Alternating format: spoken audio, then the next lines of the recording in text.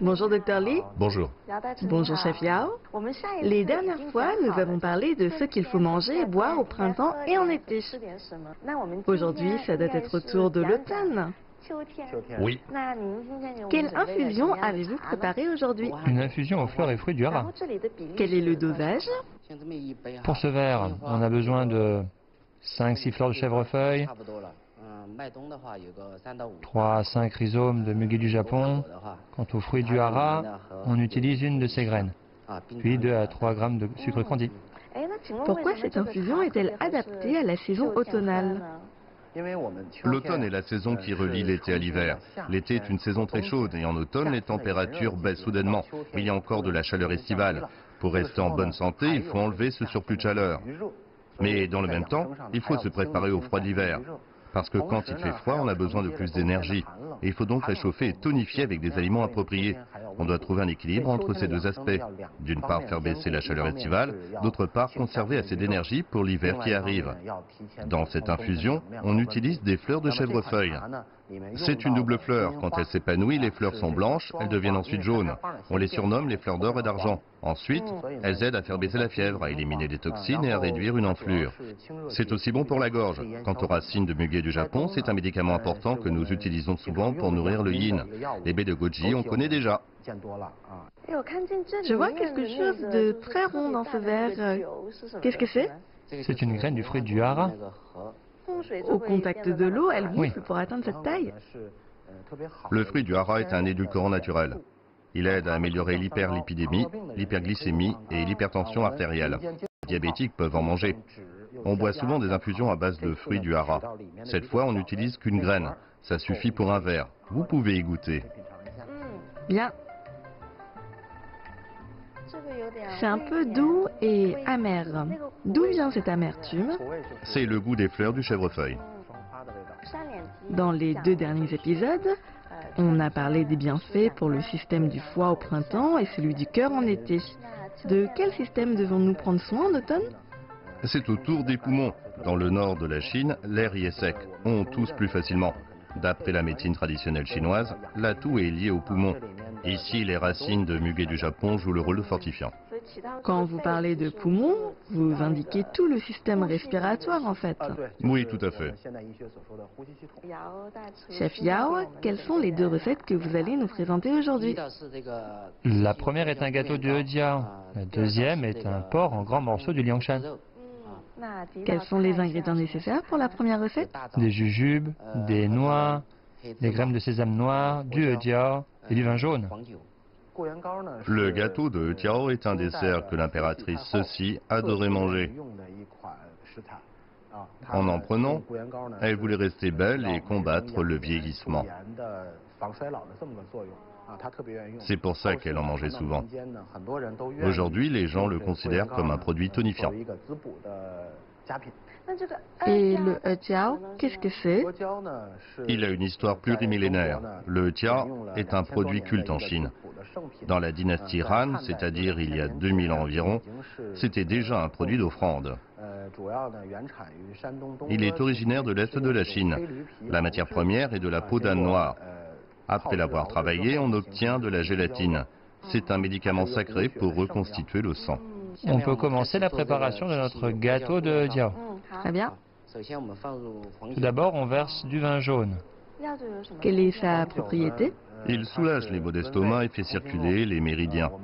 On utilise souvent du vin jaune dans la diététique chinoise. Et dans notre recette, il peut également enlever l'odeur forte du le tiao. Peut-on utiliser d'autres vins chinois? En général, le vin jaune est le meilleur. Mais en l'absence de celui-ci, vous pouvez également utiliser de l'alcool chinois. Maintenant, on verse le Hejiao qui a été mixé en poudre. C'est le point phare de notre épisode. Oui, c'est l'ingrédient principal. Il faut le faire fondre? Oui, on le fait fondre lentement avec du vin jaune. Maintenant, le Hejiao a fondu, on ajoute les jujubes.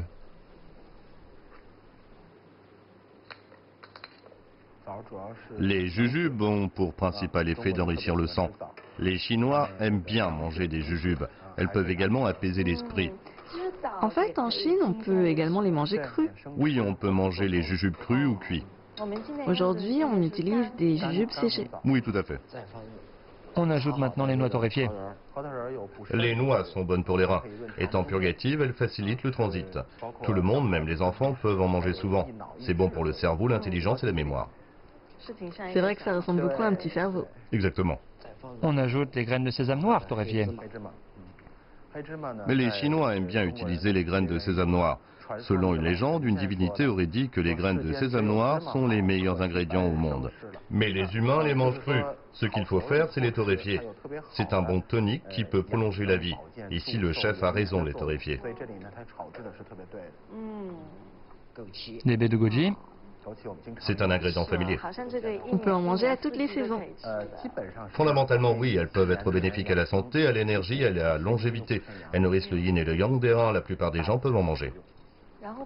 On mélange ensuite tous les ingrédients. On mélange bien, on les met dans le moule et on laisse refroidir. D'accord. On appuie fermement à la main. Assurez-vous de bien presser pour qu'il soit facile à découper.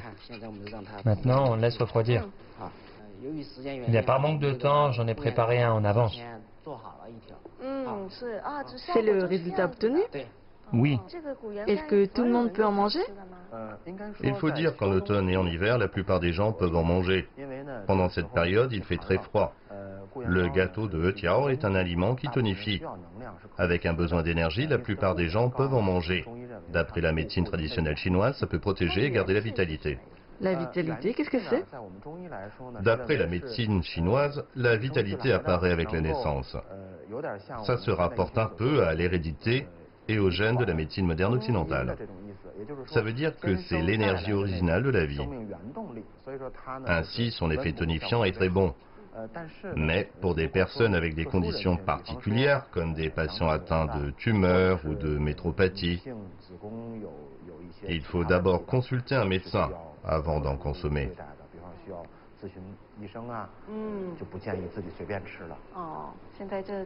C'est coupé. oui, maintenant on le met dans l'assiette.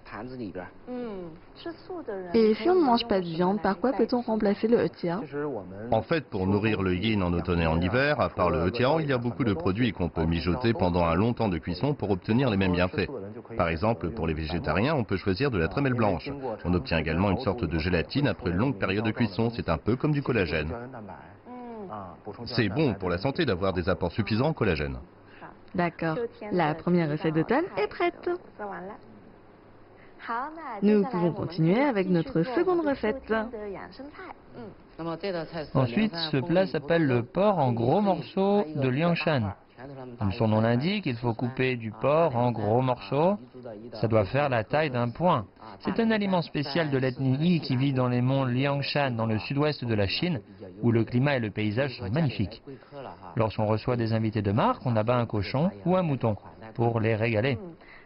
Y a-t-il des exigences particulières quant au choix du porc? Il faut absolument des cochons qui sont élevés dans les monts du Liangshan. En général, ce sont des cochons de 25 à 30 kilos. Il ne faut pas qu'ils soient trop grands. On utilise du jambon de cochon car il y a très peu de tendons. Pourquoi est-il bon de manger du porc en automne? Le porc est un produit très commun en Chine. Selon les médecines traditionnelles chinoises, le porc est bon pour le foie et les reins. Il hydrate la peau, facilite le transit et favorise la miction. Si on mange souvent du porc, ça nous aide à conserver de l'énergie pour l'hiver. Les principaux assaisonnements sont du piment sec, de la poudre de piment, du poivre de Sichuan, de la poudre de poivre de Sichuan, du sel, des scie vachées, du gingembre et du poireau. Ce sont des assaisonnements très typiques de la province de Sichuan. Oui, c'est ça, comme le piment sec ou encore le poivre du Sichuan. D'une part, ce sont les habitudes alimentaires de l'ethnie, d'autre part, ça sert à combattre les effets de l'humidité de la région. Le piment sec aide les Sichuanais à éliminer l'humidité. D'après la médecine chinoise, le piment peut éliminer l'humidité et c'est bon pour les intestins. Il facilite le transit. En général, on recommande de ne pas trop en manger. Mais un peu de piment peut aider à lutter contre l'humidité, surtout dans les régions humides. Éliminer l'humidité, qu'est-ce que ça veut dire? Il existe un concept d'humidité dans la médecine traditionnelle chinoise. L'humidité réfère à l'air humide. Ça concerne les éléments de l'environnement, comme les endroits trop humides et des aliments trop gras, qui résultent en la fatigue, l'obésité, le manque de vitalité. D'après les médecins traditionnels, tout cela est dû à un excès d'humidité.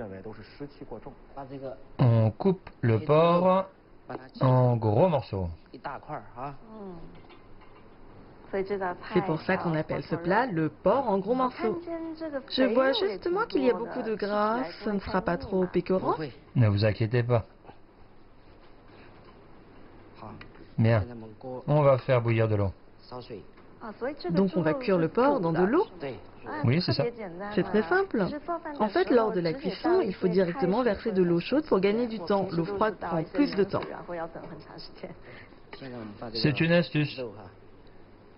Maintenant, on ajoute le porc.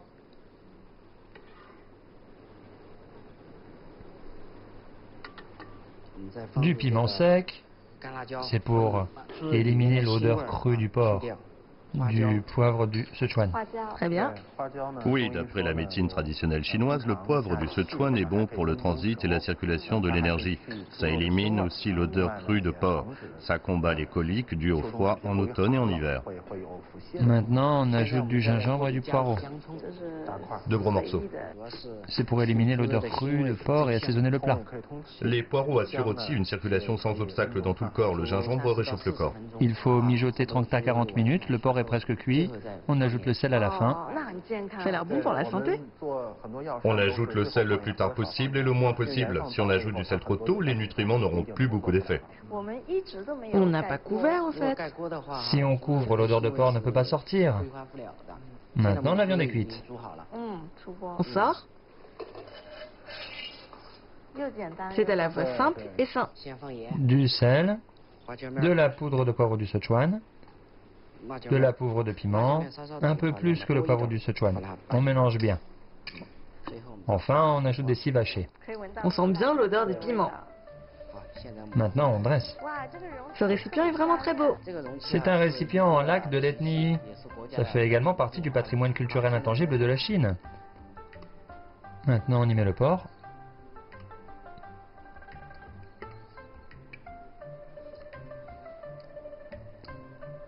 La recette est prête. Merci, ça met l'appétit en bouche. Merci, chef Yao. Merci, Dr. Li. Et maintenant, nous pouvons tout de suite passer à la dégustation. Et voici les deux recettes d'automne que nous avons réalisées aujourd'hui. Donc, je vais commencer par la recette froide. Donc, d'aspect, ça ressemble beaucoup en fait à une barre de céréales. Vous pouvez voir qu'il y a de la jujube, des baies de goji, des noix, du sésame noir. Donc, je vais goûter ça.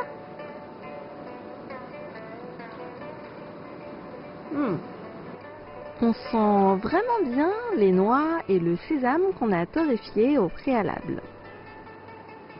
C'est légèrement sucré parce que les jujubes de base sont très sucrées. Il y a une texture un peu collante. Et les noix torréfiées sont également très très bonnes. Les baies de goji en fait sont un petit peu sucrées et un petit peu acidulées. Et on sent en fait des arrière-goûts du vin jaune que nous avons mis, mais c'est pas désagréable. Maintenant, nous pouvons goûter à la seconde recette. Regardez-moi cet énorme morceau de viande. Attention pour les gens qui ne mangent pas pimenté, parce que ça picote quand même un peu. Nous y avons mis de la poudre de piment. Lorsque nous avons cuisiné, nous avons également mis des piments secs, des poivres de Sichuan.